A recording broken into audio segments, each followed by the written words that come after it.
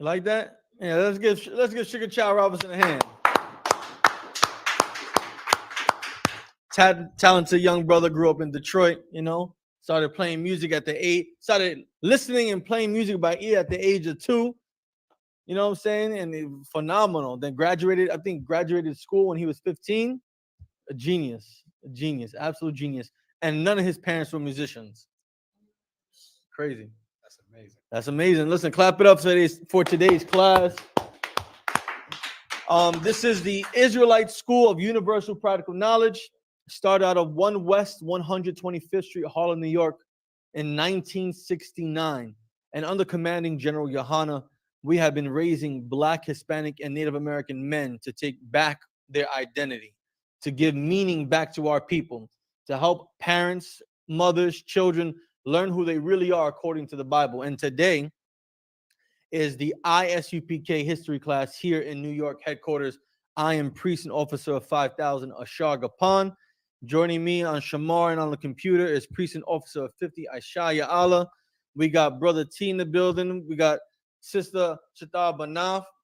So, sis, what's your Hebrew name again? Ra'aya. What does that mean? That means to wait on the Lord. To wait on the Lord. That's a beautiful name. Oh, we got Sister Ra'aya here in the building. We also got a new brother, Brother B, in the building. What's going on, brother? How you doing? Well, good to have you here with us. And today we're going to be discussing history, of course, but specifically the Great Migration, right? Does anyone know what the Great Migration was? Sis? It was where the people from the north went in their large group down to the south. No, it's the opposite.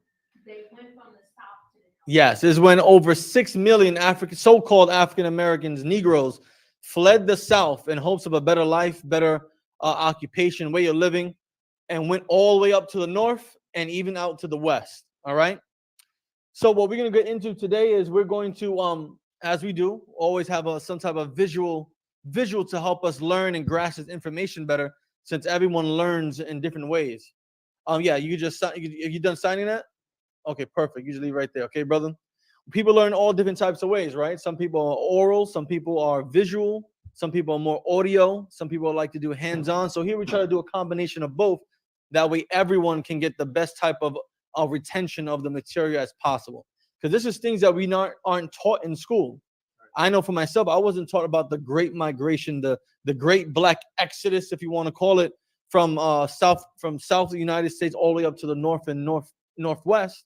This is stuff we had to learn outside of the public school educational system here in the United States. Okay, so why don't we just jump right into it? We got the other video queued up, please. And to everyone that's in the chat, shalom, shabbatah to the brothers, shalom, Yahashua to the sisters. It's good to see all y'all here in the class today. All right. True strivings of the freedman's sons is the travel of souls, whose burden is almost among the measure of their strength, and who is buried in this name of an historic race, in the name of the land of their fathers' fathers, in the name of human opportunity. W.E.B. Du Bois, the souls of Black folks. Welcome to One Mic, a Black History podcast. I'm your host, Country Boy, and this episode is about the Great Migration. Well, the Great Migration is...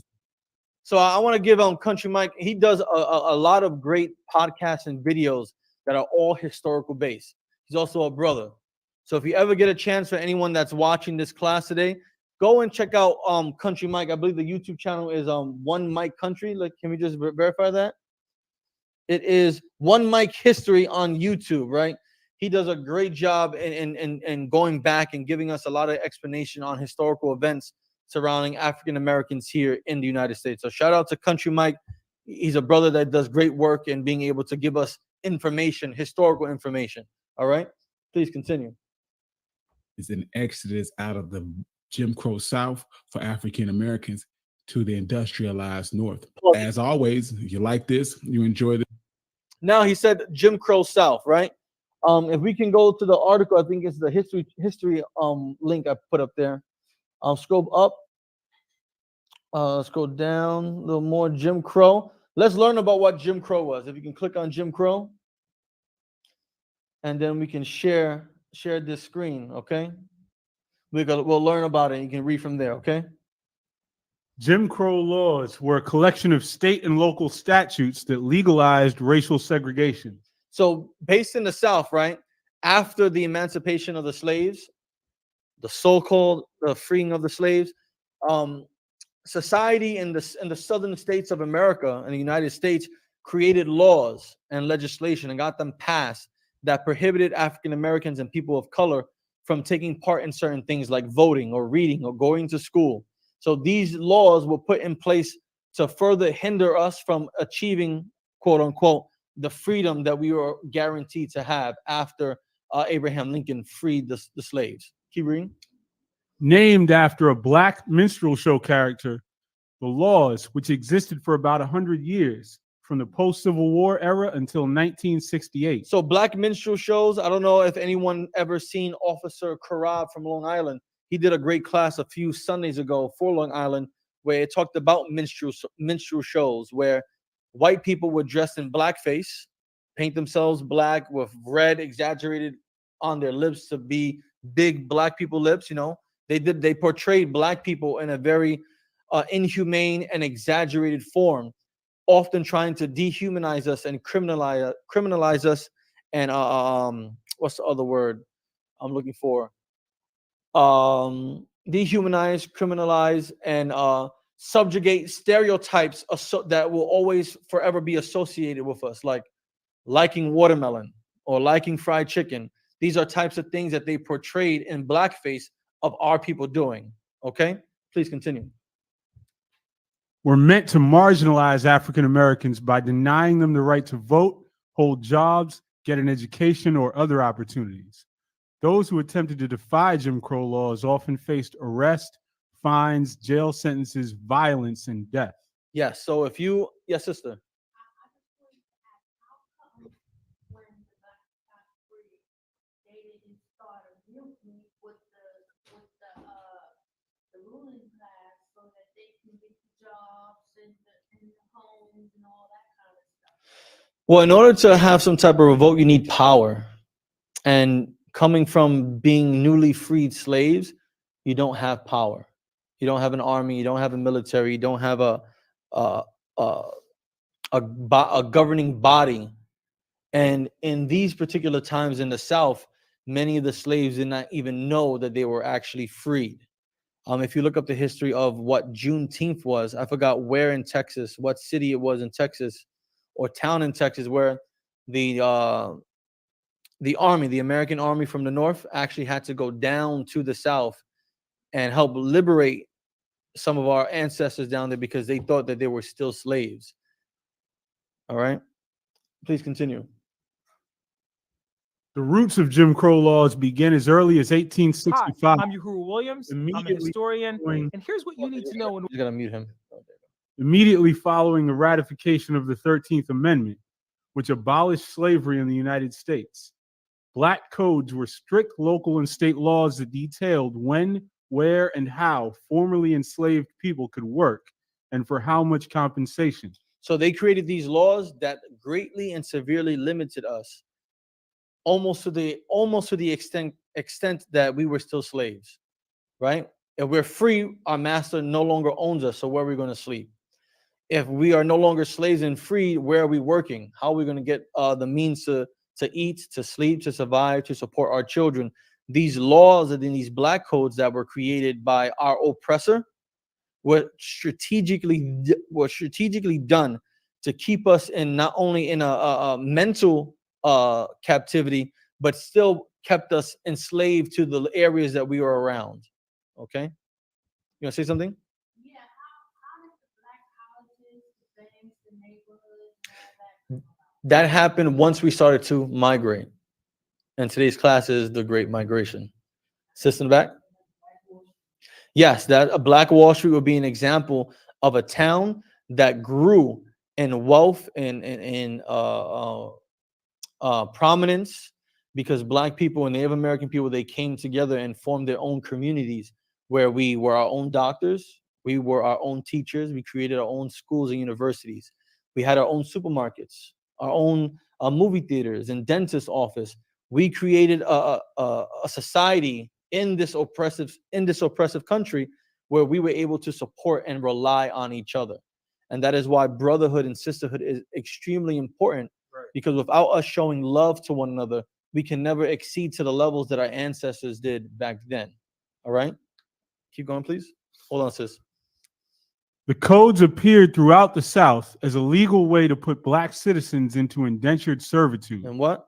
Into indentured servitude. And that's going to lead into the whole concept of sharecropping, which we will also get into.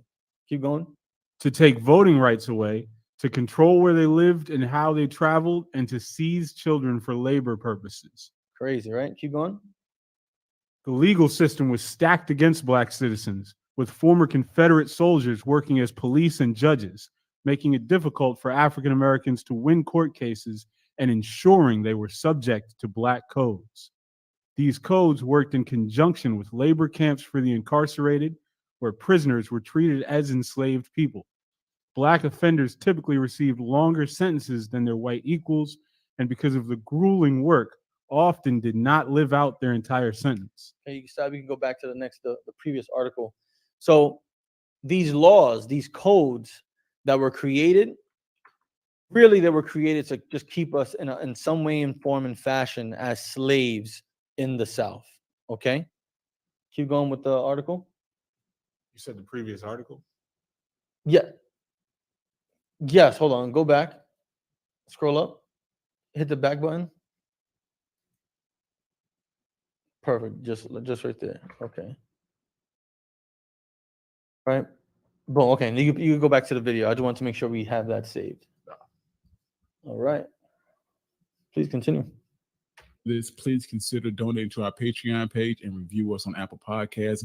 Also, listen to the Cut Podcast for all your Black culture needs. In 1910, it was almost 8 million Blacks living in the United States. And of those 8 million Blacks, 7 million of them lived in the South. Over the next.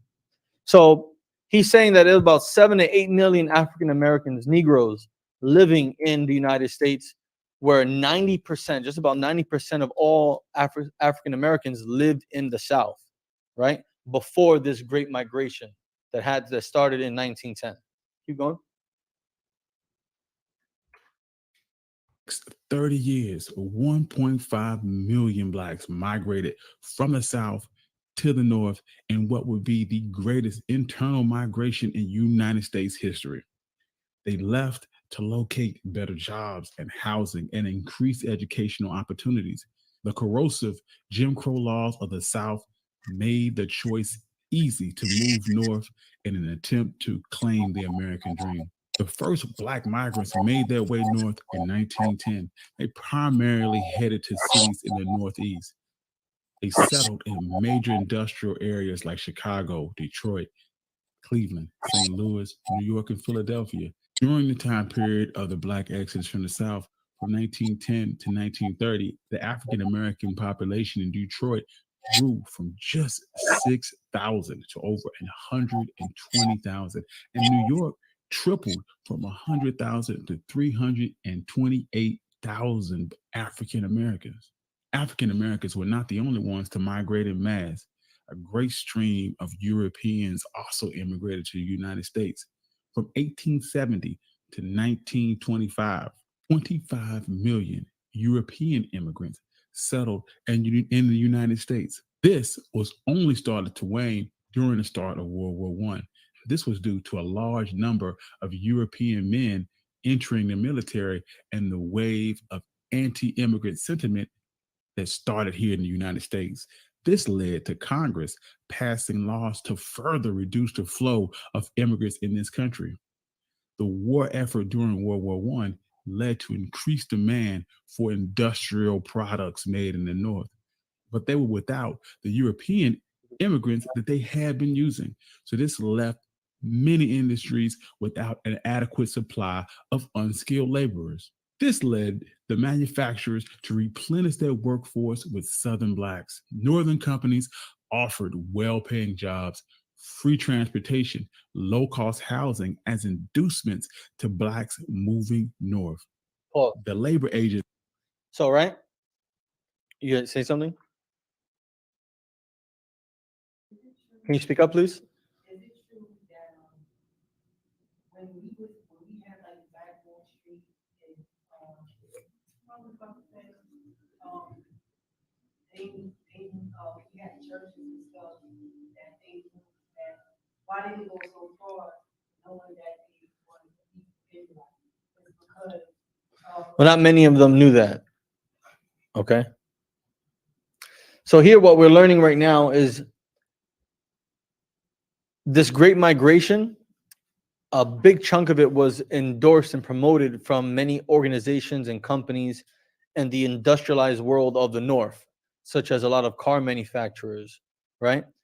Making it enticing the African American population to move up to the North to fit into these jobs, because during World War I, a lot of the labor force, the workforce of the industrialized North, many of them were enlisting into the army for World War I to fight in Europe, which led a big gap that needed to be filled.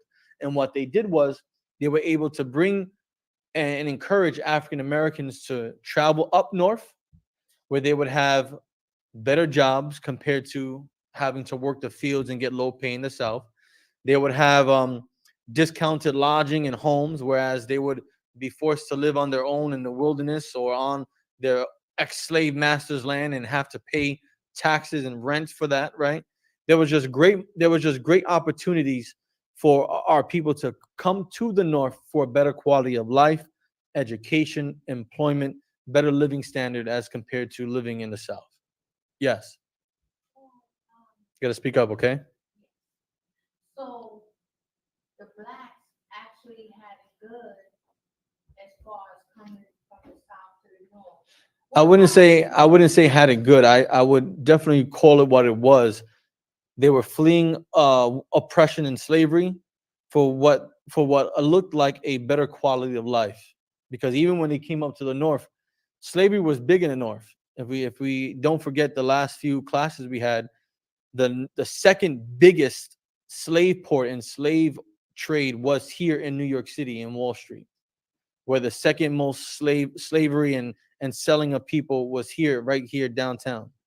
Yeah. Now, I was gonna say that what happened when World War I was over? Did the white Edomites come back to the jobs that. Yep, that's something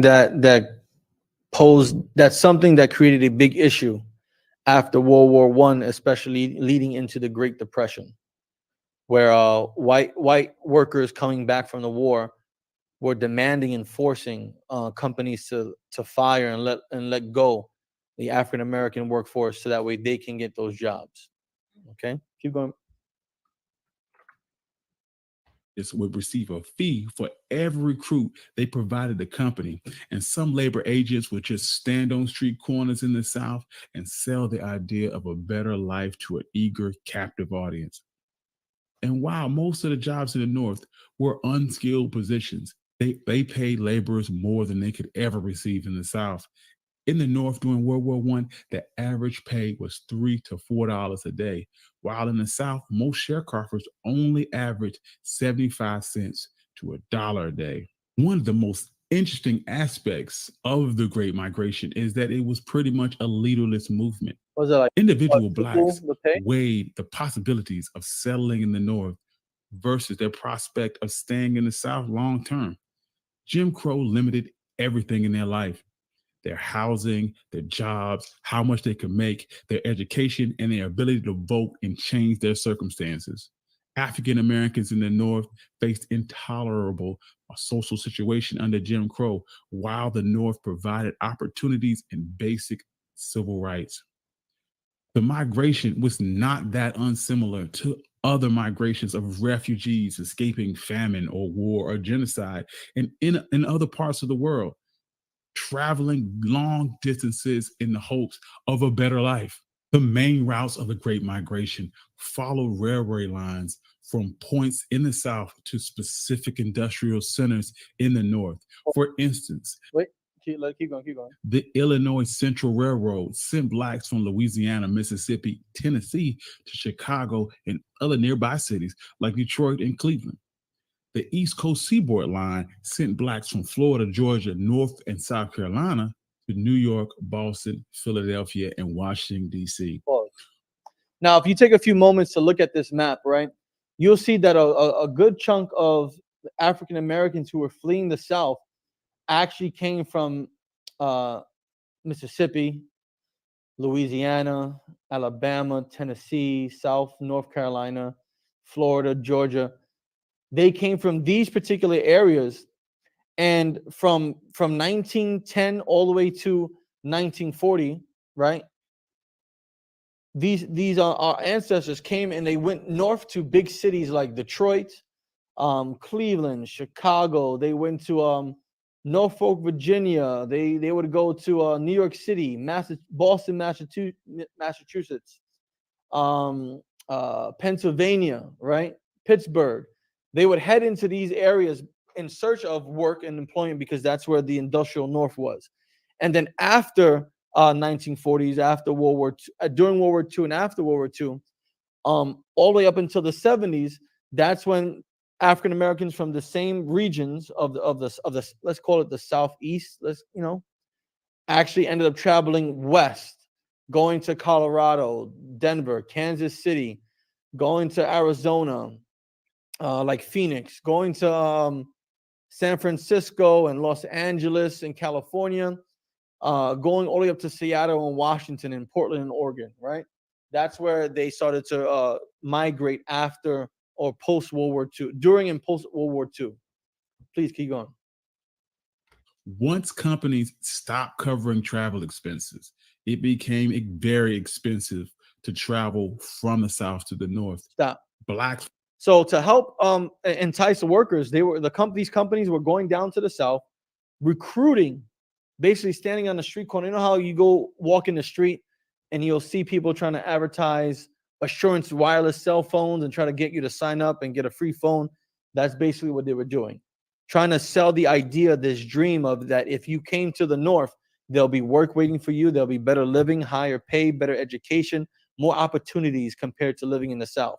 However, at one point that cut off because they were paying for people to travel up north, taking the trains up north. However they can get them, they would pay for those expenses to move them up to the North. Then it came a time where that stopped. So now African Americans who were still living in the South trying to get to the North, they had to find resources and means to cover the expenses of just a simple travel up to the North. Keep going. For struggle to come up with the money and the growing demand for railroad travel, railroads increased their prices. And in 1915, it only cost 2 cents a mile to travel by railway. But by 1918, it cost over 24 cents a mile. As a result, Black families would often have to save for their fare, selling their belongings, or sending only one family member at a time. Other families would attempt to travel in stages, often stopping for work and raising money so they could continue their journey. Well, In addition, now this migration sounds very similar to a more recent migration of Hispanic people actually traveling in caravans from South America and Central America, going to the Mexico-American border. I believe the number was about 6 million that was recently reported in the news when it first started happening, when they finally lifted that, got rid of that law that prevented free passage or free entrance into the United States. Now you get like 10,000 refugees entering the city almost every day or every month, something like that. You gonna say something? And we're on the verge of having another scenario where they just announced that St. Louis, a city in decline, is setting up programs to try to entice migrants to come from here in New York and go take jobs out there. No, it's same thing. You know what both of these remind me of? Can anyone guess what this reminds me of in the Bible? The Exodus. Exactly. This is eerily similar to what we read about in the book where in the Bible where Moses led his people out of Egypt and into the wilderness trying to find a place of their own to live, to thrive, to escape the slavery that they were in for over 400 years. Keep going. to the cost of traveling, Black families had to migrate in secret. They feared reprisals from Southerners in local communities, so they would slip away in the middle of the night. And they had good reason to worry. Some whites in the South were shocked at the size and scope of the migration and were livid at the loss of cheap labor. So they pulled That also sounds like in Egypt, right? After Pharaoh decided to let Moses and his people go, as soon as they left, what happened? They were like, wait, who's gonna work these lands? Who's gonna go make my mortar and bricks to build stones and houses? Who's gonna farm the land? Who's gonna listen? We can't let them leave. Let's go get them back. And that's when Pharaoh had his army come and chase us. And thank the Lord, they got swallowed up by the river. Yep, keep going. migrating Blacks off trains and off buses and beat them and put them in jail. Labor agents were. And so to stop our ancestors from leaving the South and heading to the North, they would find us, take us off buses, and beat us. They would stop trains, pull us off the trains, and beat us, then throw us into jail because your whole entire existence was based off of slavery. The economy of the South thrived because of free labor from slaves. And now you have your entire workforce, your entire labor force, all your employees basically leaving to go somewhere else, which is going to leave you and your economy and your way of living to crumble. And so what this stirred up great resentment, anger, and hatred, which caused them to want to stop by any means necessary us from leaving the South. Keep going. Fined and local leaders attempted to keep them from Black communities. While all this was happening, the Southern media attempted to paint a rosy picture of Black life in the South. One headline from the Commercial Appeal of Memphis read, "South better for the Negro," says Mississippian. Colored people found to be prosperous and happy. This indicates that white Southerners understood the impact of the migration would have on their livelihood and the economy in their local communities, but exposed their inability to understand how Blacks in these communities felt about their circumstances. So what they were doing, right? They were trying to paint the South as a beautiful place where black people should stay and want to stay. Sorry, where black people should stay and want to come back to, right? So they would try to put it in newspapers and magazines and get it published how Houston is so beautiful. Black people are enjoying life down here. You know, Mississippi loves African Americans and Negroes. They get to enjoy the great abundance of the Mississippi River. You know what I'm saying? They would try to do all these advertisements and publications to make living in the South more appealing, so that way people would stay. That way, black people would stay or travel back to the South. You want to say something? My mom, she's 90. She turned 90 last month. Okay. And she was born in the middle of that. She was born in 33. And she said she was born in New York, but her parents would fight all the time. And her grandmother came up and saw all of that. So she said, I'm gonna get my mother out of there and bring her to the South. So she found a way to get the social worker, the To help move them back. to move her from the north to the south. Yeah. So she had signs all over her. She came in the train. I don't know how she didn't get lost. She came by herself, 2 years old, on the train, going down south to her grandmother. Okay. Somehow or another she got there, and she said how the Great Migration started at that time, but she was comfortable in the South. Okay. She stayed there. A lot of people, and listen, a lot of people did stay in the South, and these advertisements that they're speaking about did work. Some people would stay in the South because of this, would come back to the South because of this. Keep going, please. White Southerners have been reading Chicago Defender, the leading black paper at the time, they would have understood the circumstances of blacks in the South. The Chicago Defender was founded in 1905 by Robert S. Abbott. He was a big advocate of migration of blacks to the North, and Chicago specifically. Abbott used an informal system of Pullman porters and entertainers to distribute their paper beyond Chicago to readers in the South. The Defender promoted Chicago as an attractive destination for Southern blacks, calling it the Promised Land. And the Defender also made the correlation of the plight of African Americans in the South to Jews being held in bondage in ancient Egypt. They also called the Great Migration the flight out of Egypt.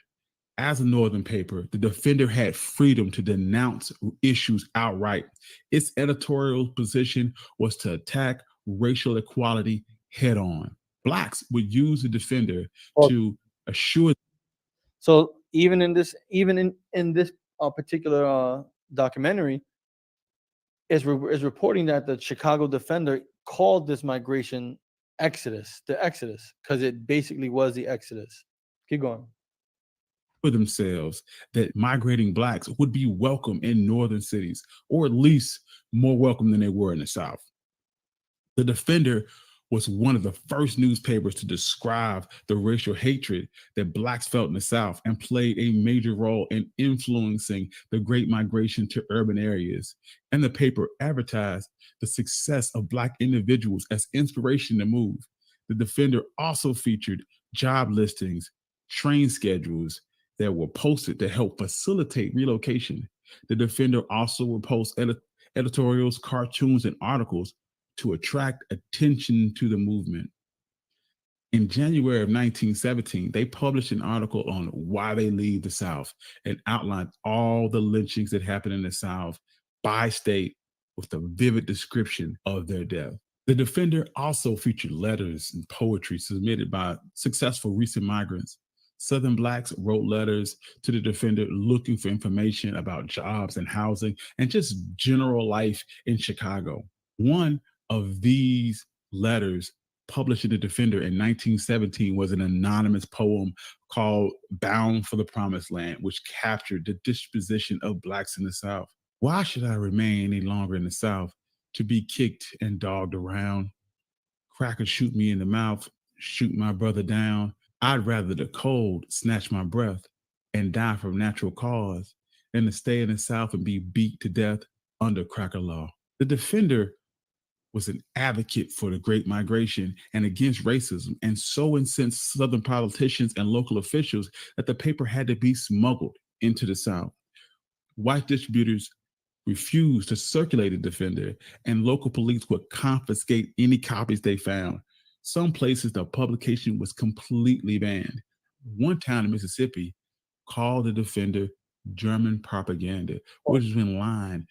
So while the Chicago Defender was trying to spread the news of the real atrocities that were happening in the South, those in charge of the government and the police in these particular states and cities would try to confiscate these articles, these newspapers from Black people from getting their hands on, would beat people if they found them selling it, reading it, or trying to give it away. So they faced, you're right? Yeah. So they face all types of issues of trying to spread this truth, even by listing the amount of lynchings or hangings committed by the South against Black people and describing them in detail.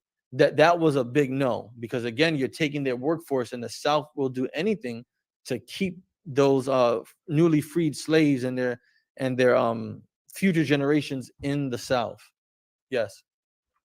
What happened to the displaced Black people when the white people were calling back for their jobs, their homes, their land in New York and places like Delaware, Michigan, and all that? A lot happened. Poverty, more oppression. When you can't find jobs anymore, you face a lot of famine, hunger issues, and that was the reason for many of the race riots that happened in the early 1900s and the mid 1900s here, especially here in Harlem. We had 3 riots in Harlem in 1930, 35, 1943, and 1967, if I'm not mistaken, all stemming from post-World War I, the Great Depression, World War II, post-World War II, people, white soldiers coming back demanding their jobs. Okay, keep going. With the anti-German sentiment post-World War I. All of these actions to stop the Defender was basically unsuccessful because the Defender was the most read and most influential Black paper in the country at the time. It was estimated at its height, every paper sold was read by 4 to 5 African Americans, putting its readership at over 500,000 people a week. During this exodus, African American organizations formed to help aid Black migrants in the challenges that they faced in their new urban environment. And the most popular of those organizations was the NAACP. Just as the Chicago Defender was their main news source for migrating Blacks, the NAACP became their primary civil rights organization. It was founded in 1909 in response to racial injustice and offered legal and economic help to migrating Blacks. The NAACP fought against restrictive covenants preventing Blacks from moving into white neighborhoods and lobbied against school segregation in northern cities. They also lobbied unsuccessfully for a federal anti-lynching bill. The NAACP even featured a magazine called The Crisis, which also fought racism and racist policies in both the North and the South. And by April of 1919, the NAACP had grown from 9,000 members to 51,000 members and had a dozen chapters all over the country. The Crisis was also circulated to almost 100,000 readers. Chicago and the North in general was far from a promised land. The Great Migration triggered a housing shortage in almost every major urban center. This crisis was made even worse for Blacks because of segregationist policies. Although segregation in the North was not specifically defined by law like it was in the South, as Blacks poured in to the North, angry groups of whites from all major cities lobbied for laws to prohibit landowners from renting to Blacks in their neighborhoods. Another. So, as we're moving up here, right, and in the midst of all of this, white people in these areas were still against us from coming up there. So the whites in the South didn't want us to leave. The whites up north didn't want us to come, right? So they would create laws or push for laws to be made so that way black people couldn't move into their communities, make it difficult to pay rents or face high rent increases, right? This is one of the strategies that whites here in the north would do to prevent us from coming up here, which would make us not take their jobs, right? Keep going. The method they would use was restrictive covenant clauses in mortgage agreements that homeowners could only sell to a specific minority. All of these were a powerful force of racial discrimination, and some of these covenants were even endured in states into the 1960s. Housing shortages and discriminatory policies, along with neighborhood pressure not to sell or rent to blacks, left black families with very few options for housing. So they congested into poor neighborhoods with overpriced rent. Landlords frequently took full advantages of the housing shortages to charge exorbitant rent to black migrants. The high cost of housing forced blacks to share tiny apartments with friends and relatives. Some apartments became so overcrowded, migrants had to share a bed with one person sleeping while the other person would work. As the migration grew, blacks would migrate in patterns, moving to specific areas in the north, settling in neighborhoods where they had family and friends, or with areas with a strong black communities. Pause it. Some places in And don't be surprised if this is what we will end up having to do again. Because look, you know how difficult it is. And you about to say something? So Yeah. I have to pay 80 times the rent of 80 times the rent of salary. Crazy. And if you don't have that, then you have to pay another insurance on top of that. Correct. Right. And I remember we talked about this last time. The rent in New York City is ridiculous. For a one bedroom, for a studio apartment, it'll be like $1,500. For, you know what I'm saying? It's a Like lot, for yeah. a box. That's an excellent deal. If you find a studio for $1,500, You know what I'm saying? Right. Right? That's a lot for a studio. I remember growing up, you know, I was making money, 18, 19, studio, $600. Like, yeah, mom, I'm gonna move out. You know what I'm saying? Like, and now I'm looking at a studio apartment, $1,500, $1,800, how small it is. One bedrooms, like $2,200 for a one bedroom. Like, it's ridiculous on these rents over here. Say something, sis? It costs $1,918 for you to have a studio in the Bronx. It costs you almost $2,000 just for a studio in the Bronx. And at one point, no one wanted to live in the Bronx. You know what I'm saying? Now it's $2,000. That's insane. But, you know, not only do we still do this, where we have to all gather and live together, right? You're going to see a lot of that happening even more as all these crises start taking place and continue to happen. You know, this war in the Middle East is prophesied in the Bible to happen. You know, what do you think was going to happen when milk goes up by $3 a gallon, or when gas is no longer $4.50, and that's still a lot for us? It goes up to $9 and $12. I don't know if you remember the class we did on the Zootsu riots like 2 weeks ago. They were rationing gasoline and fabric and textiles. Soon you won't be able to wear the clothes that you would normally wear because they got to ration the clothing for military outfits and other things of importance that America deems important. Keep going. Chicago had neighborhoods that were populated with people all from the same southern town. As a positive result of these housing tensions, many blacks ended up creating their own cities within big cities, fostering an explosion of African American culture. The most prominent example was in Harlem. A formerly all-white neighborhood by the 1920s housed over 200,000 African Americans. The birth of the Harlem Renaissance was a direct result of mass migration of African Americans. The Harlem Renaissance was one of the most influential intellectual, social, artistic movements of the 20th century. New York was a major destination for migrating blacks, and Harlem was their overwhelming area of choice within New York. Attracting Southern blacks seeking work, it also attracted educated blacks who made this an area a center of culture. Harlem was originally developed in the 19th century as an exclusive suburb for white middle to upper middle classes. Its affluent beginnings led to the development of stately houses, grand avenues, and world-class amenities like the Harlem Opera House.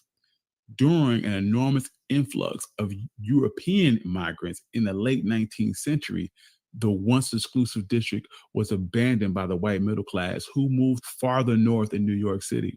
The music of choice in Harlem during the 1920s was often played in speakeasies offering illegal liquor.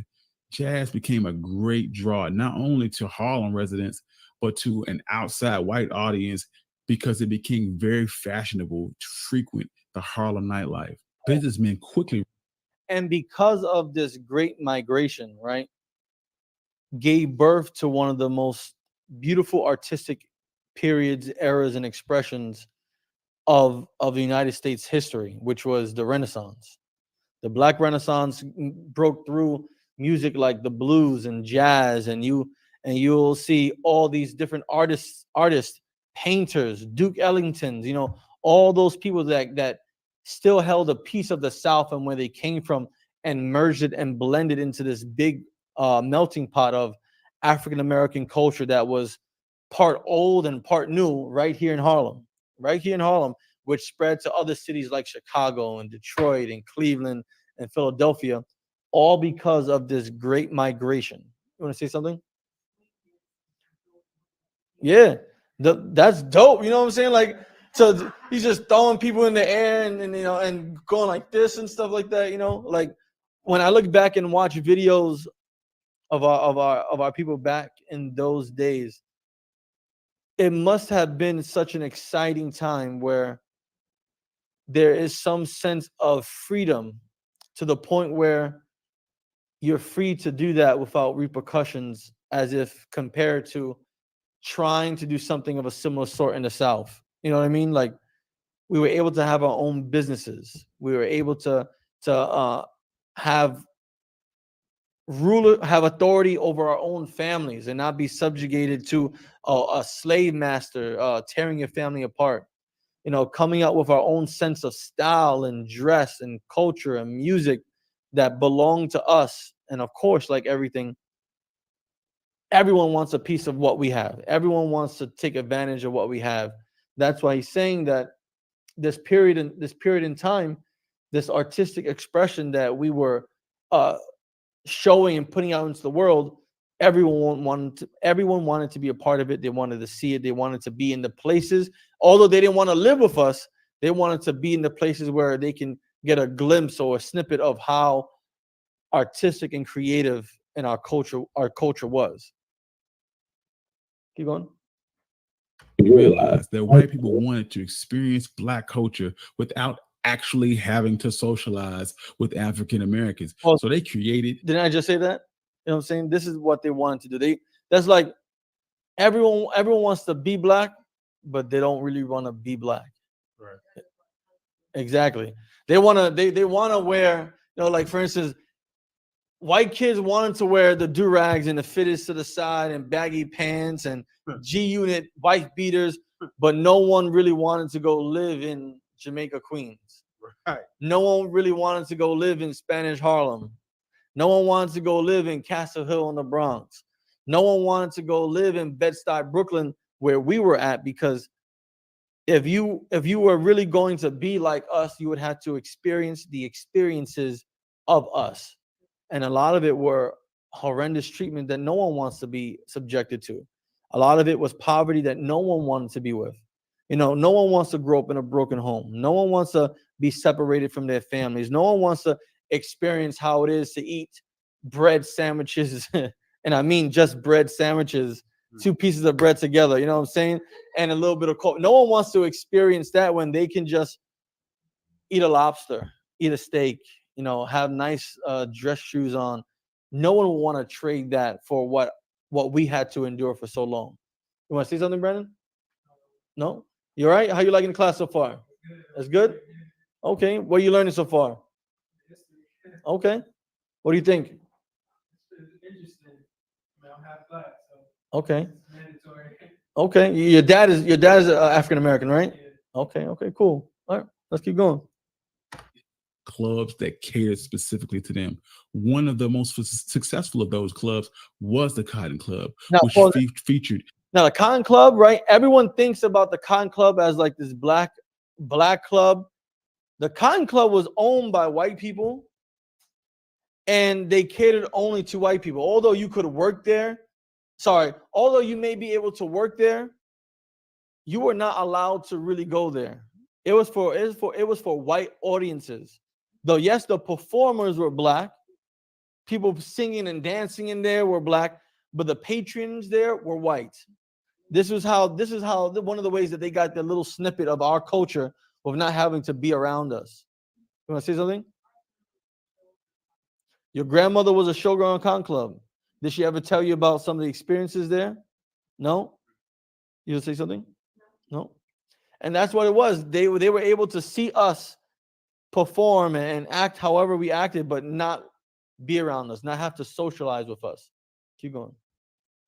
frequent performances by musicians like Duke Ellington and Cab Calloway. Some in the community derided even the existence of such clubs, but others believed that this was a sign that Black culture was moving towards racial acceptance. The visual arts was never that welcoming to Black artists. Art schools and galleries and museums would shut them off, but in Harlem, they found acceptance. The Harlem Renaissance was a golden age for African American visual artists, writers, musicians, and actors. They were able to take their lives as Blacks and experience of slavery and segregation and just daily life in Harlem as inspiration for the creation of amazing work. The Harlem Renaissance brought the Black experience to the American public, and the explosion of culture and the legacy in Harlem Renaissance changed how America and the world viewed African Americans. And when Blacks arrived in their northern destination, they were often met with resistance and hostility in the form of immigrants who already lived in these cities.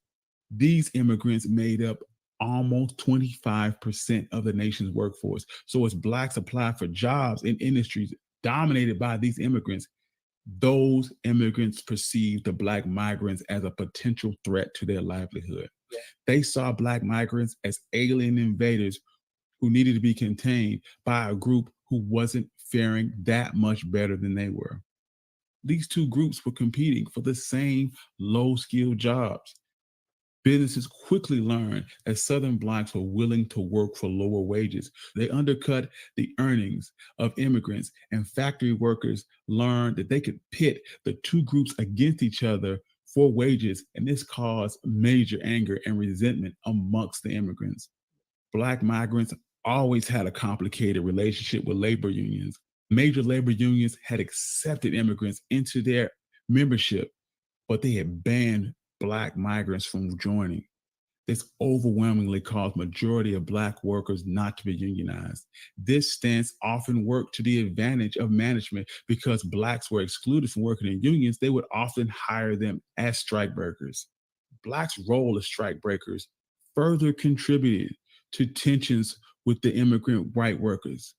And by 1919, industrial unions attempted to mend their relationship with migrating Blacks by attempting to remove the color barrier. But nothing came of this because the message was clear that Blacks didn't trust the unions and the unions didn't trust the Blacks. Well, As the Black population. So we faced a lot of difficulty even when we moved up here. We had to worry about these immigrants coming from Europe who were also unskilled laborers competing with us for jobs, right? And these labor unions, these corporations knew that they can pit us against each other, and knew that we would end up working for far less than what we were actually supposed to be paid, right? And that's where we get this resentments of us not trusting the labor unions, right? Because of this period of time. Keep going.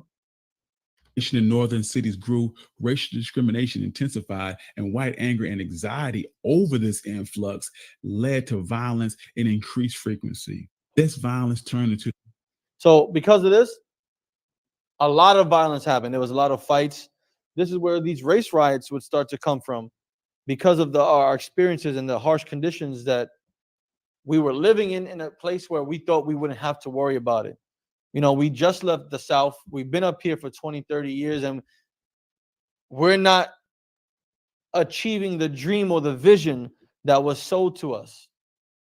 We wanted the American dream too, now that we were free, but we found that it was very difficult trying to get employment when facing employment wars with people coming from Europe over here looking for work as well. It was difficult for us to get the quality education we thought we were going to get, because funding, as we all can tell by today's day and age, funding is always given last to areas of where we predominantly live. Our school systems are crappy. The educational system doesn't really cater to us as much. We have always end up getting outdated resources and materials to teach our kids, where as more predominant areas and more affluent schools and areas will get that funding. Keep going. To the Red Summer, which is a series of race riots in cities all over the nation. I documented these events more in depth in episode 3 of the Red Summer, but the increased competition for jobs and housing amongst European immigrants and Black migrants directly led to the violence of the Red Summer in several major cities like Chicago, where 38 people were killed and 500 more were seriously injured, with over 1,000 being left homeless. In the aftermath of the riots, the Chicago Commission on Race Relations found positivity amongst African Americans. The commission conducted extensive interviews with Black immigrants, and they found that despite the issues prompted by the riots, Blacks in Chicago were still overwhelmingly satisfied with their lives in the North. Pause it. They were able to find. Why wouldn't we? We're no longer in the heat. We're no longer in the South. We're no longer being lynched and beaten mercilessly by our former slave masters in the South, right? Up here, we can actually have a family. It may be difficult, right? Up here, our families can stay together, not being torn apart and sent to a different state, to a different plantation. We can stay together.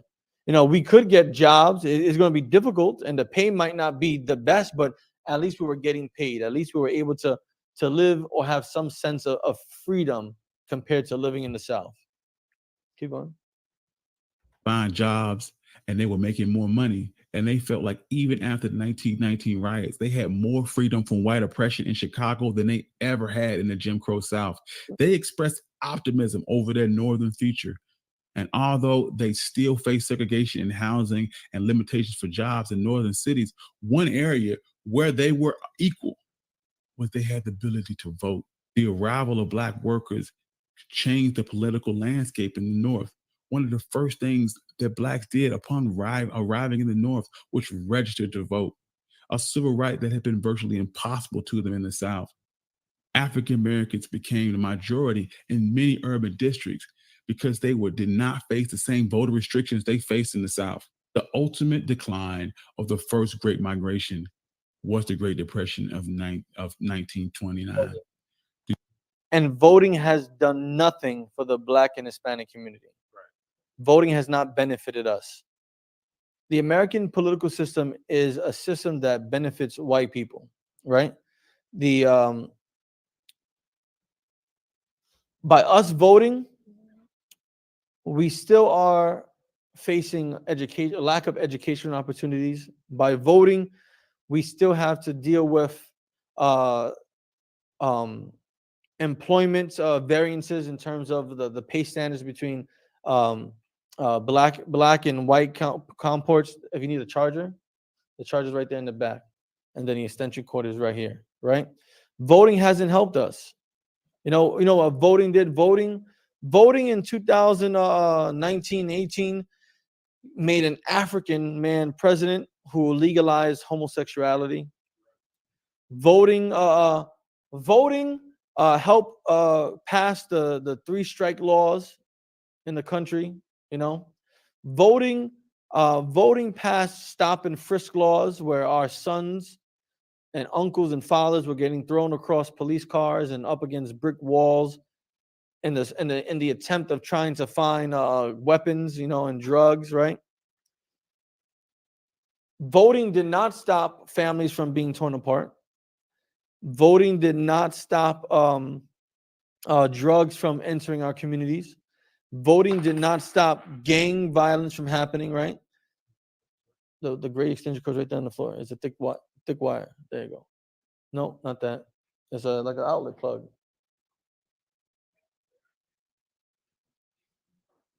No, it's not there. Light gray. It's light gray. Right here. Whoa, my fault. Sorry about that. Voting did nothing.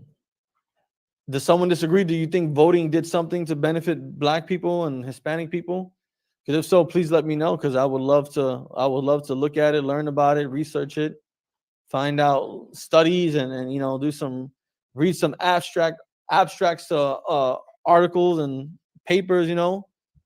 Let me know. Please put it in the chat. So, voting. This idea of voting was like a false dream, right? You good? Okay, cool. It was a false dream, yes? 2018? Okay, I only voted once, and that was the first year Obama was running for election. And I had no idea why the hell I was voting for him. I just entered college, and he came to speak at my college, and all I know is that he had a whole bunch of Secret Services taking people out of their dorm rooms to guard the windows in case there was an active shooter or something like that. And then when he finally became president, me and my friend Christopher Ryland, another Black kid, we started running down the street screaming, "We got a Black president! We got a Black president!" Not knowing what the hell we voted for or what he stood for. Like, I can't tell you one thing that Obama had on his campaign that he said he was going to do. I can't tell you one thing. Exactly, because voting does nothing. Please continue. The U.S. stock market crashed and the economic crisis known as the Great Migration happened.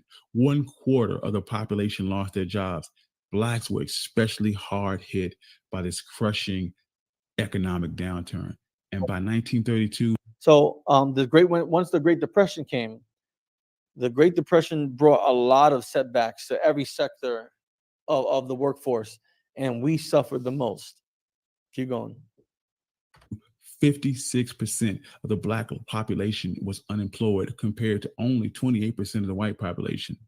The Great Depression wiped out many job opportunities in the industrial North, and for African Americans, it caused a sharp decline in their migration. It wasn't until 1939 and the start of World War II that was the stage set for the second migration.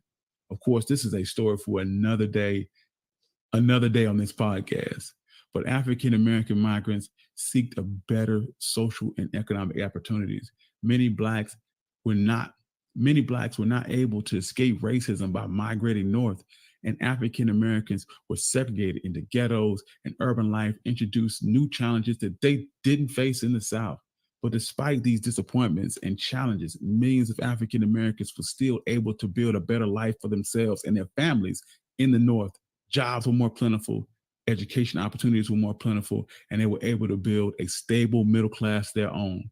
While the Great Migration was a leaderless movement, African Americans found that they were stronger as a united front, a new era of political activism amongst African Americans who disenfranchisement in the South, but found a new place for themselves in public life and their ability to change their circumstances. Thank you. This has been One Mic. I was your host, Country Boy. Once again, if you like this, you enjoyed this, please consider donating to my Patreon page so I can continue to bring you dope content. Please review us on Apple Podcasts and check out The Cut for all of your Black culture needs. All right. Clap it up. Country Mike on the One Mic History channel, he does a phenomenal job. And I've been watching a lot of his videos, and he's pretty thorough with the research that he presents in each of his documentaries. So Country Mike, keep doing your thing. We appreciate it because it's a source that can be utilized to learn more about our history that we are not taught or shown, even in college, unless you're taking specific courses that are geared towards African American studies or even American studies. Yes. I just wanted to say that tonight, I didn't expect this, but I'm happy I learned something I didn't even know. Well, sound correct. Clap it up for the sister, man. Right, and that's what life is about. You know, life is not about happiness. You know, life is full of disappointments, full of disappointments. We're not fortunate to have a happy life because we are not following the law, statutes, and commandments of God, right? And even then, life is always still a battle. You got to battle with yourself mentally. You got to battle with yourself spiritually. You got to battle with the people you encounter. You know, going to your slavery is a battle. You know, and classes like these, brotherhood classes, scripture breakdown classes, even learning the ancient Hebrew on Fridays, it's all a battle. And it's always something new that we learn every single day because these are not materials and things that are taught to us. Now I believe it's in the book of Thessalonians is train up a child on the way they should go, right? Is it Thessalonians? I think that's Thessalonians. Train up a child. Let's double check that. I think it's Second Thessalonians. Train up a child.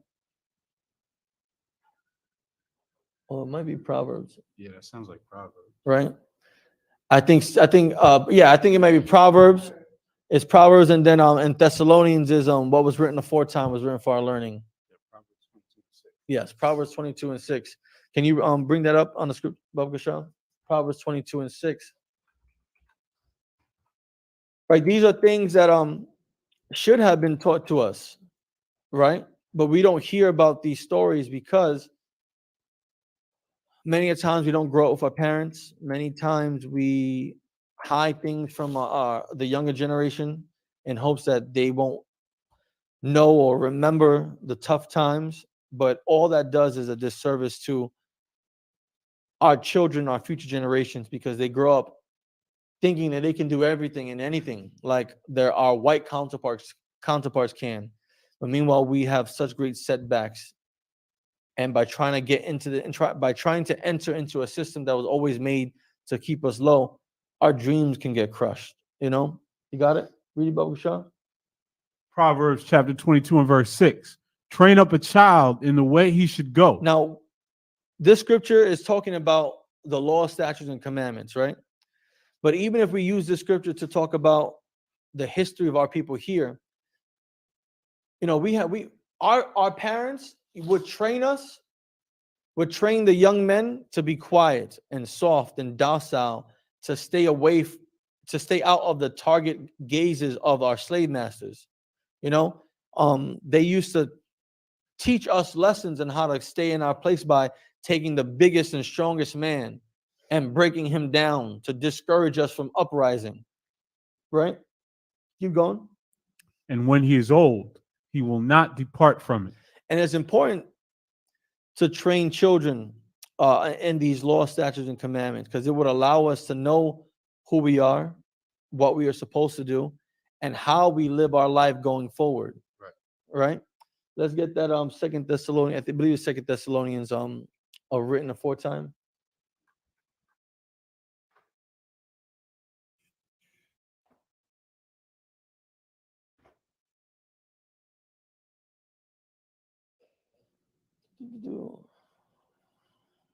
Oh, it's Romans. Yes. I don't know why I'm thinking Thessalonians. Romans, go ahead. Romans chapter 15 and verse 4. For whatsoever things were written aforetime. Now, this also is talking about the scriptures. We have to learn that, like, if you open up a Bible, it's full of history. If it's not talking about the laws of God, if it's not talking about the curses or the blessings, it's talking about the history of our ancestors, how we entered into Egypt, how we left Egypt, how we were living in the wilderness, how we were being attacked, and how we were going into slavery in Babylon, then slavery in Assyria, then slavery under the Persian and the Medes, and slavery under Greece, slavery under the Romans. Like, all that is so much history that we are not taught. I was telling the brother Brandon earlier today, like, our history starts at slavery here in the Americas. Like, How were the people living here before that? I didn't learn about all these great Indian Native American war chiefs in high school, in junior high school. I didn't learn about how the Incan empires really were. Like I remember going over small sections of these things in high school, but learning about the Ming and Qing and Zhang dynasties of China was like big parts of our curriculum. Learning about the Holy Roman Empire and the Byzantine Empire, and all the different monarchs of England with white people. White people, I learned about that. I learned about the Jewish Holocaust, but slavery in America was such a small portion of the curriculum. You want to say something? Say that I knew right away when I found out about the Israelites that the Hispanic population and Native Americans were also Israelites because when I was growing up, they used to mix the Hispanics and Native Americans used to mix. So that's how I knew it was true. Like all my life, I grew up with nothing but black and Hispanic people. Like, Right. and I grew up here in this area. I went to school in PS 108. I went to Tito Puente before we went to Academy. Like I went to after school programs all in this area. I can't remember having being friends with a white person. Like I can't remember having a white friend in junior high school. You know, I can't remember having a white friend in elementary school. The When I first started interacting with white people was when I went to high school because my high school was a performing arts school. It was in the middle of Midtown. You know, that's when I started interacting with other people, Asians and Chinese, Japanese, Korean, English, French, and Italian and Irish people. But growing up here in the hood, like everyone was black and Hispanic, Jamaican, African American, Dominican, Puerto Rican, Mexican. Like I can't think of not one thing of one person or one event that I would go to, and it was white people. Growing up and having birthday parties, it was white. It was black and Hispanic people at my birthday parties. Going over to other family functions, it was black and Hispanic people at all these functions, and we were all living the same. We were all battling the same type of things, going through the same issues, the same problems, all getting those paper WIC food stamp checks. My mom used to be mad when I would color on them. You know what I'm saying? Like you know what I'm saying? Like, come on, it's like you talking about paper money. Like that's basically monopoly money. Not once did I ever interact with them growing up. But these things that were written, they should have been taught to us. This Bible, me going to Catholic church, Catholic school, I wasn't learning about the Old Testament and the history of the Bible. I was only learning about the Catholic doctrine of the New Testament, the Gospels, Mark, Luke, John, and Matthew. You know what I'm saying? I wasn't taught about the actual history, comparing it to world history, how valid it is when you compare them. Because, excuse me, you read about the Persians in the Bible. I learned about Persians in school. You read about the Babylonian Empire. I learned about the Fertile Crescents and Mesopotamia in history class. Right. You know what I'm saying? I learned about the great Roman Empire and Julius Caesar and Nero and Pontius Pilate and all these other people in the Bible, right? I had to learn it in history class, not from the Bible. We didn't learn anything, any historical facts from the Bible. It was all based on social studies, European world history, world civilization history 1 and 2, European history, this and that. Never once was I taught about the information that was in the Bible that could have greatly steered my life into being who I was always supposed to be. Sis? The last client I had when I was a home health aide, she was Italian, right? Yeah. Her whole family was Italian. It was just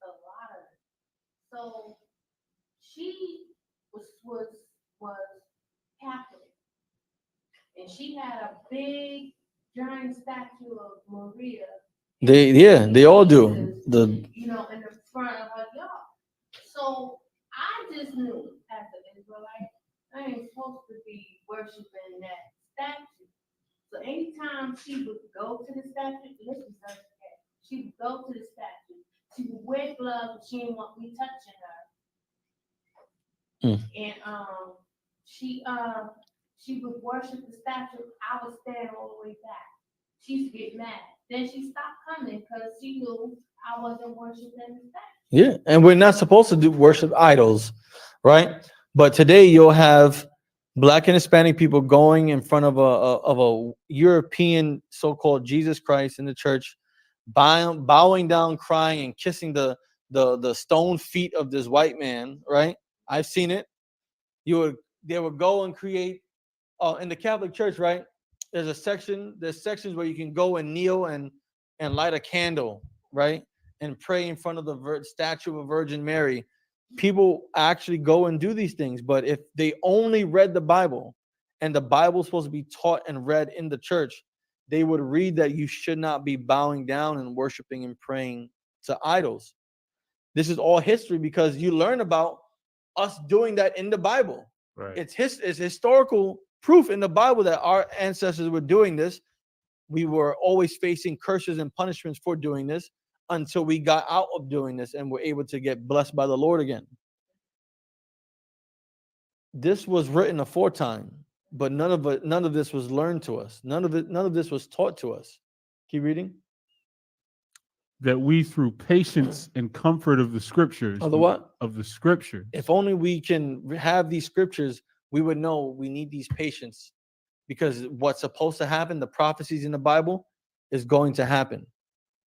We will be comforted knowing that as long as we just kept these laws, statutes, and commandments in this Bible, in this book, we will be able to be comforted by what the result will be, which is rulership over the earth again, which will be getting Black people off of drugs, which will be letting Hispanic families be together again instead of being separated at the border, letting Native Americans fight alcohol addiction, right?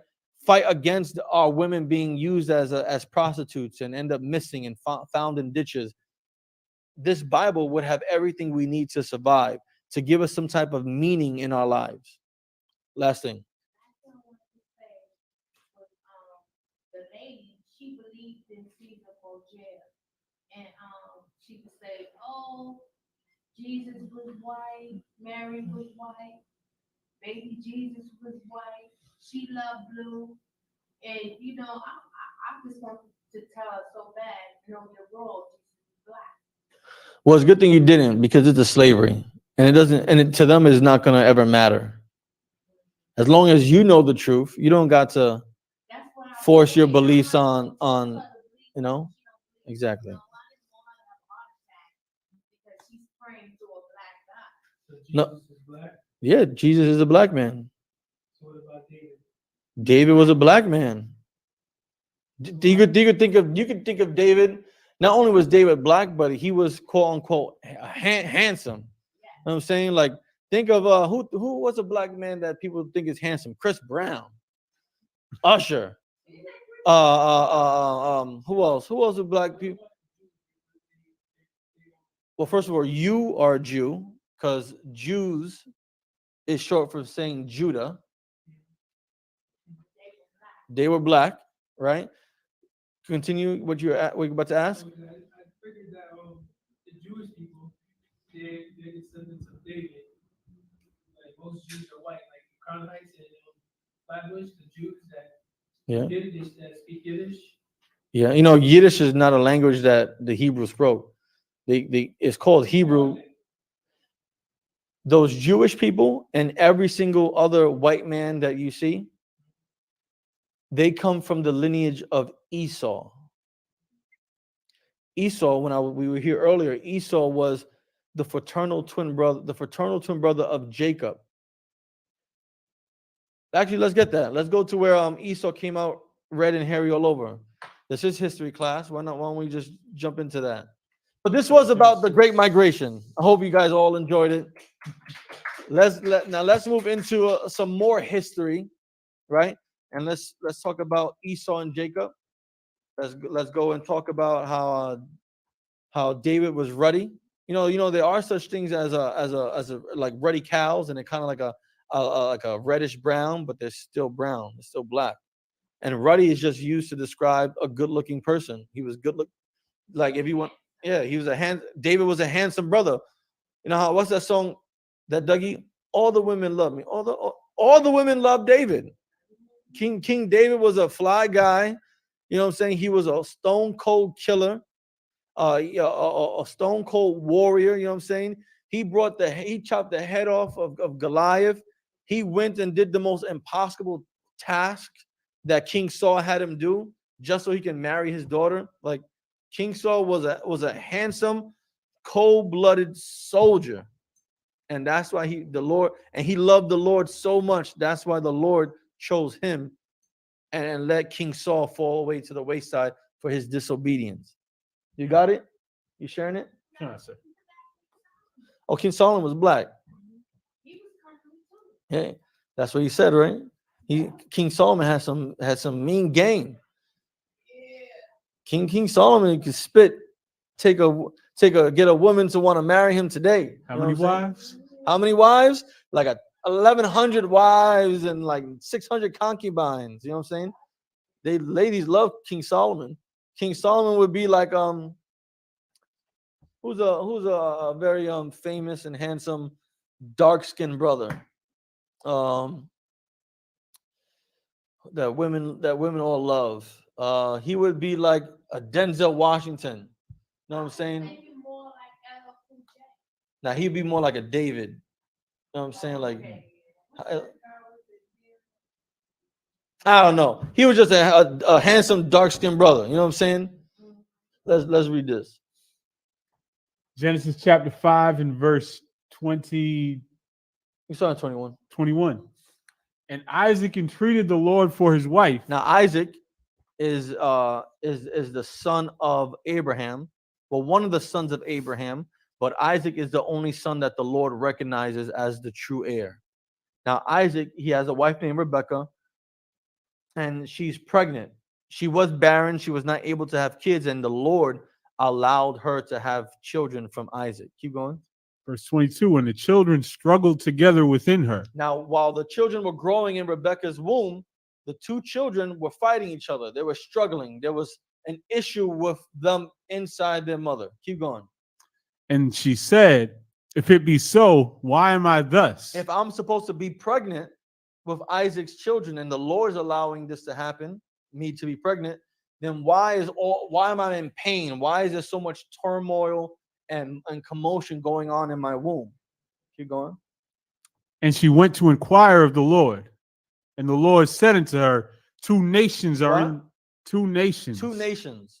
That's two completely separate people. That's what a nation is. That's like the Chinese nation and the Indian nation, two separate people, right? Inside Rebecca's womb, the Lord said that there's two nations of people in your womb. Although they're brothers, they're now being separated before they're even born, and they're being two separate nations. Keep going.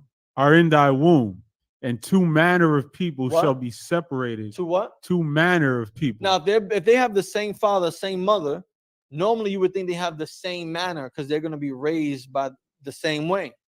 However, in the womb, before they're even born, the God says that they're going to be two separate nations in your womb.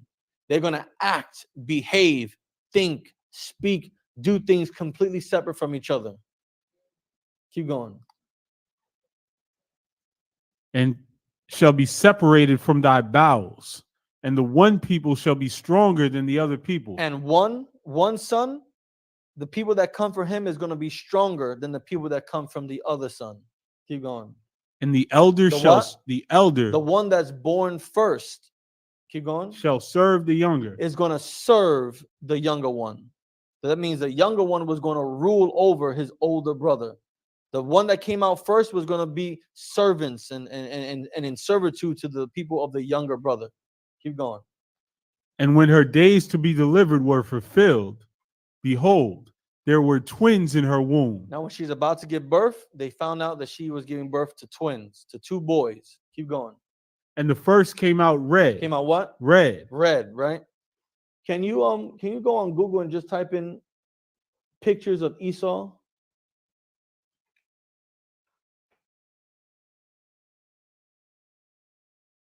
Can you share this?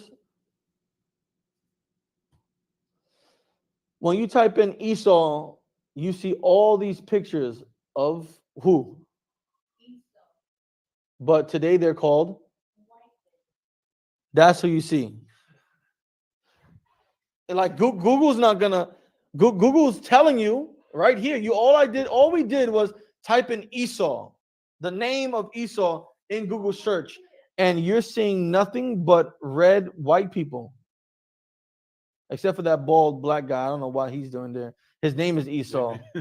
But look, you're seeing Esau. This is red white people. Now go back to the Bible. Share that. Read it again. And the first came out red. came out what? Came out red. Esau's what color? Red. White people are what color? Red. Have you ever seen a white person get smacked in the face? What color do they turn? Red. When Tyson Fury got punched by Wilder, what color did he turn? They turn red. Keep going. All over like in hairy garments. And it's red all over, right? Because when you get a hairy garment, it shows. All over like a hairy garment. So his body was full of hair, covered in hair, like you would normally see white people today. That's why Gillette razors are so popular, because all the white people are trying to take their hair off. Right? Keep going. And they called his name Esau. And he was called Esau. Keep going. And after that came his brother out. And then after Esau was the oldest brother. He was born first. Keep going. And his hand took hold on Esau's heel. And his name was called Jacob. Now, Jacob, notice how they said that Esau came out red and hairy like a garment. They didn't say nothing about Jacob. Exactly. He was just like everybody else. Brother? Normal that happens even today, that someone dark and white comes out at the same time as twins. Yeah. Let's look up the statistics. Let's look up white and black baby brothers being born. Statistics for that. It happens. It's genetics, right? But here, this was the curse of the Lord, the mark that he put on Cain, right? Meet the biracial twins no one believes are sisters. Share that tab, please. Twin sisters. One came out white, one came out black. Twin brothers. It's absolutely possible. Absolutely possible. Say again? Curse of Cain, because Cain was a murderer from the beginning. And the Lord put a stain on him, a spot on him, that his spirit will always be recognized. And when Esau was born, he had that same spirit because it was showing. His skin showed it. Yeah, go ahead. Yeah, what's the question?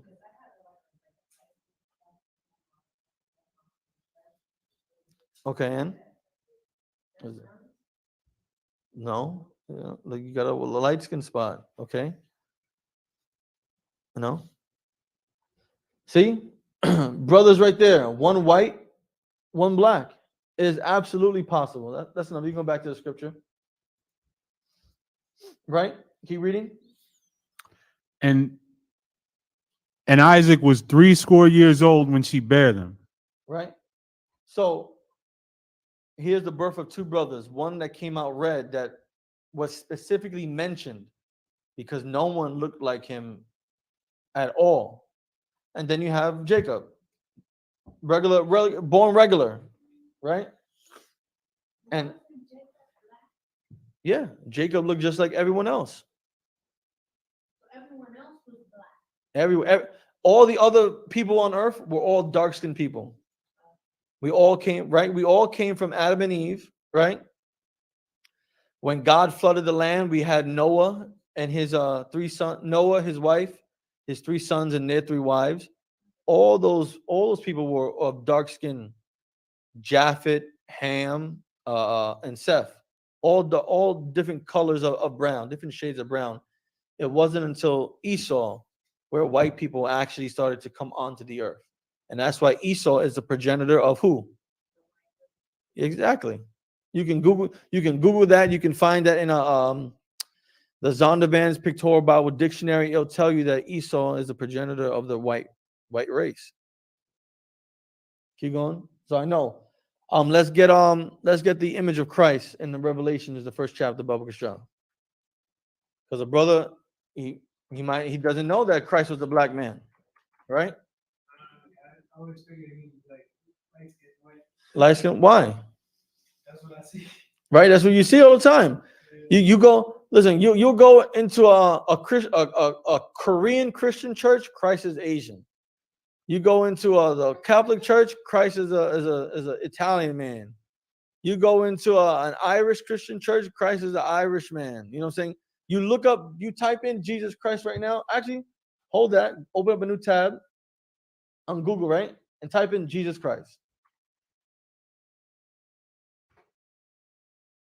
Oh, what do you know? Share this. Share this real quick. Share this real quick. Let everyone see what you share. You just typed in Jesus Christ, right? All these images pop up. It's a white man. It's a white man. Now, people like to say Jesus wasn't white. He was Middle Eastern.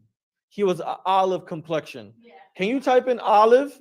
Can you type in what are olives? Just type in what are olives. Right? This is what people that say Christ was he was olive complexion. Olives are green or black looking color, like a purple. Christ was green? Are you gonna tell me that Christ was green? Oh, Christ was an olive complexion, so he was green?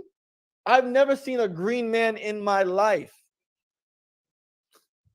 But I've seen this dark olive. Look at this dark olive here. I see that walking out in Harlem. Right. I see that walking in Harlem every single day. You know what I'm saying? That's what I see. So when people say Christ was olive complexion, I know he's not green. I know he's black though. Right? Let's keep going. Revelations chapter 1 verse 13. So hold on. Young man B, have you ever read the book of Revelations? No? Do you know what Revelations means?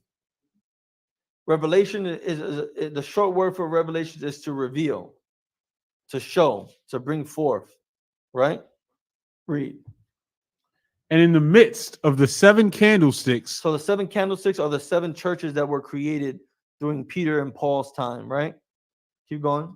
One like unto the Son of Man. There's a vision that John the Revelator is having while he's in prison. I believe in the island of Patmos, if I'm not mistaken. Okay. He's in prison and he's having this vision, right? And he sees the Son of Man, which is talking about Jesus Christ, right? Keep going. Clothed with a garment down to the foot. It's saying that he's seeing Jesus in a garment, right? You see this garment right here on the wall? This is a more accurate depiction of what Christ looked like, right? He has a garment all the way from his shoulders all the way down to his feet. This garment stretches. That's a garment that priest wore. Keep going. And girt about the paps with a golden girdle. You see that big yellow lion that's in his midsection? That's a war belt that we would wear. That's a belt that priests would wear. That way that it covers our midsection. So we were in war. Our midsection, our sensitive, most exposed area, our gut will be protected from knife attacks, sword attacks, spears attacks. That's what that golden girdle is for. That's a war belt. Keep going. Verse 14. His head. His what? His head. His head, right? His head. Keep going. And his hairs. And his what? Hairs. Hairs. Where do you have hairs at on your body? Your face and where else? Armpits. Yeah, where else? Legs, where else? Where else? Right? You right? But what did it first say? His head, His what? his head, His head. And what? and his hairs. So on his head, his hairs. Right? We're talking about his head right now. The hairs on his head, on his face. Keep going. were white Were like what? were white. Well, what? White. What color is that right there? What color is his beard? Young man B, what color is his beard? What color is the hair on his head? Go back to that image of Jesus Christ.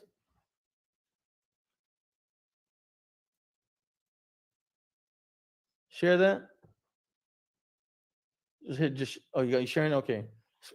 Exit out that image. Can you see these images over here? What color is his hairs? Black and brown. It's black and what? Brown. But the Bible just said what? White like wool. White being the color, wool being the texture. Look at touch your hair right now. Try to ever try to put your hand through your hair and you like hitting knots and tangles and all that. That's wool, just like a sheep. Woolly. His hair was the color of was a white color, and the texture of his hair was like a lamb, was like a sheep. Very close, tight curls that people like to say is nappy, but it's not nappy. It's just more textured. It has more of a tight knit curl. That's why you see a lot like the brother right here. He's Puerto Rican. See his hair? That's woolly hair right there. Tight knit curls, right? Go back to the scriptures. Keep going. Like wool, as white as snow, and his eyes were as a flame of fire. What color is fire? What else? Okay, red, orange. You can't see it right here because of the darkness of the image, right? But if you look up the eyes of Christ here, his eyes are green. His eyes are blue. His eyes are hazel. His eyes don't look nothing like the eyes that it's supposed to say is described in the Bible. And the reason why his eyes are red is because Christ drank wine. They accuse Christ of being a wine bibber, right? Have you ever drank alcohol before? You know what happens when you drink some alcohol? You get drunk, okay. You get a little tipsy, you know what I'm saying? What colors do your eyes turn? Never looked at it. Well, look up images of type in drunk red eyes. Just type in drunk red eyes. Right? When you're drunk, your eyes get a little glossy color. Right? Like that image right there. Your eyes get like a glossy red color because of the alcohol and alcohol in your blood. Right? Go back to the scripture, please. And share. There you go. Oh, so Keep reading. and his feet like unto fine brass. Stop. You got a penny in your pocket? Anyone got a penny? Someone look for a penny. Baba Kasha. Any pennies up here? Right here. Right here. Take that penny. Right? What color is that penny? Copper brown. You know what color brass is? Yeah. Now fine brass is like shined, nice and shiny, right? Keep reading. As if they burned in a furnace. Now what happens if you have you ever made a cake before? What happens if you leave it in the oven too long? It'll burn, right? What do you think would happen if you put a fire underneath that penny right there? It'll burn. What color would it turn? If it's burned, if something's burnt, what the color is it? Okay. It says that his feet, right? The color of his feet were like fine brass, nice, shiny, beautiful brass, as if what? As if they burned in a furnace. So when you take something that's been burnt in a furnace, that's when you don't flip your pancake over, one side turns black. So what was the color of his feet? Black.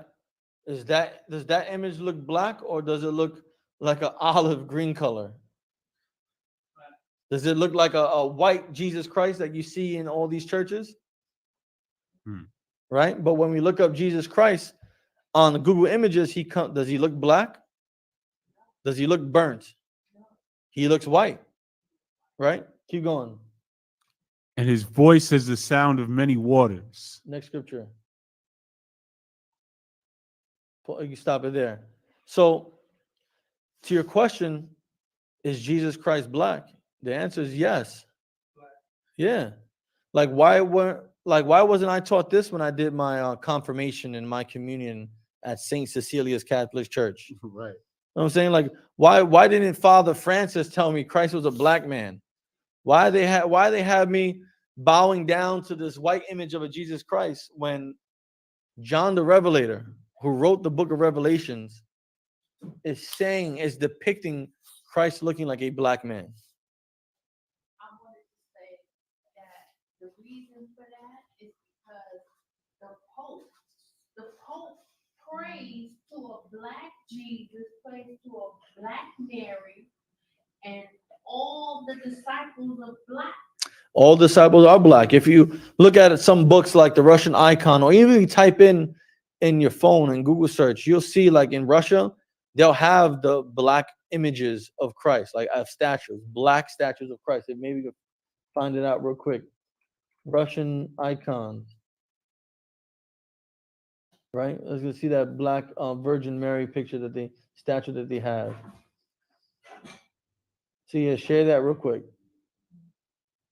See? Russian icons.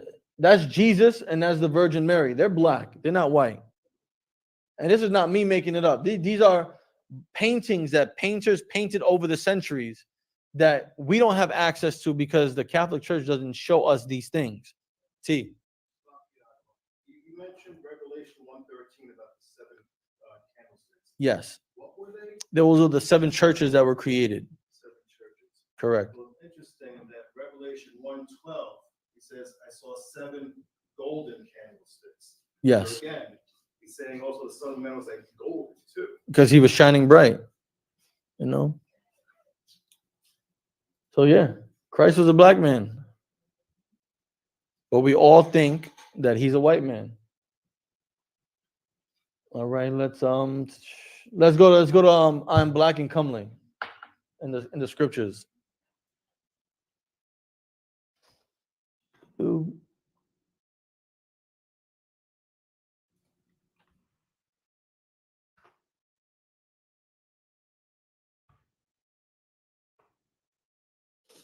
Okay, share that tab up, Michelle.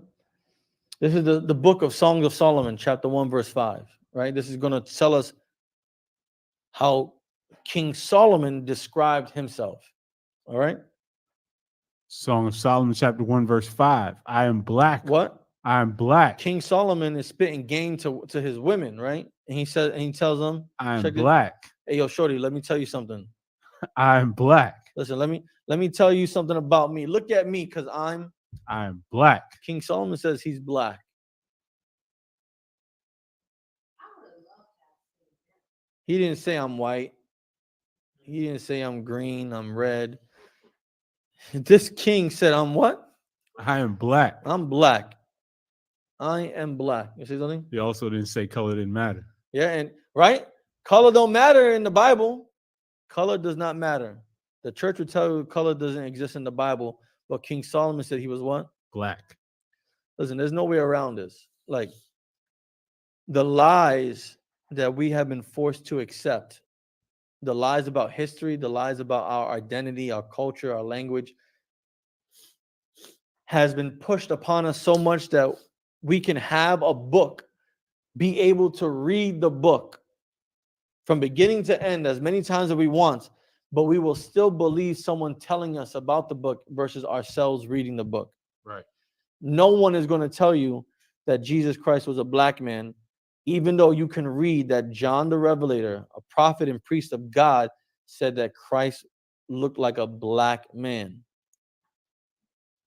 No one's going to teach us that King Solomon said he was black, when you can just read the book, the Songs of Solomon, and Solomon himself says, I am black. Keep going.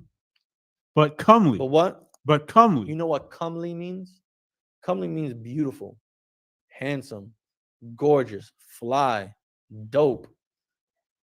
King Solomon said, I am black and beautiful. I am black and handsome. I am black and superfly. All the women love me because I'm black and handsome. You know what I'm saying? And keep going. Oh, ye daughters of Jerusalem. He's saying, all you daughters of Jerusalem, all the daughters that are all the women that are his wives, they're all daughters of Jerusalem because we all come from the same nation. We're all the same nation. You see something? And just to be clear, because we've been going into the Hebrew a lot lately, that but is a y. That's how you say and. So that but is just a style of speech. Like it's not like he was saying but. Yeah. He's saying I'm black and comely. I'm black and beautiful. Keep going. O ye daughters of Jerusalem, as the tents of Kedar. Have you ever heard of Kedar? Kedar is a place I believe in I think it was Arabia in the Middle East, right? Where the tents there that were used, they were all black. So he's not only did he say I'm black and beautiful, he's giving you an example. You know how black and beautiful I am? I'm so black, I look like the tents of the city of Kedar, which were black. King Solomon is saying that I am black. So we got Esau on Google search showing Esau looking like a white man, a red man. We got the Bible saying that Esau was red. We got John the Revelator saying, depicting Christ to be like this image here. Now, we don't pray to this. We don't worship this. This is just an image to help us solidify the idea that Christ was a black man, because every time we see people talk about Christ, he is as like a white man, right? So we can see that John the Revelator says that Christ looks like a black man versus what the Catholic Church and the Christian Church teaches us, that Christ is a white man, right? We go into the Bible and read that King Solomon says he's a black man. When people like the Jewish community and the Catholic Church like to say that Solomon was a white man, but out of his own lips, he says, I am black. What do you think now? The Bible doesn't lie. Right? The Bible don't lie. The only thing that lies is people's understanding of the Bible. Right. There's no miscommunications in the Bible. There's no contradictions in the Bible. It's just the lack of your understanding of the culture of how the people in the Bible wrote things. Right? Any other questions? Any questions? Yes, sis. I just wanted to say that the person who I was telling you about, she would have died if she had so many. She probably would. And hopefully she passed along too. Most High Christ. One less oppressor on this earth. You know what I'm saying? Any questions in the room about what we talked about today? Stop enough? No? T? Brandon? Anything? All right, so listen, with that, I'm Priest and Officer Shagapan of the Israelite School of Universal Practical Knowledge, started out of 1 West 125th Street, Harlem, New York, in 1969, teaching this truth under Commanding General Yohanan. And today has been the ISUPK history class for the entire nation, whether you're in California or in Texas or in Utah, Nevada, or Florida. Every Monday, we teach the history class for Blacks, Hispanics, and Native Americans. All right? And with that, shalom.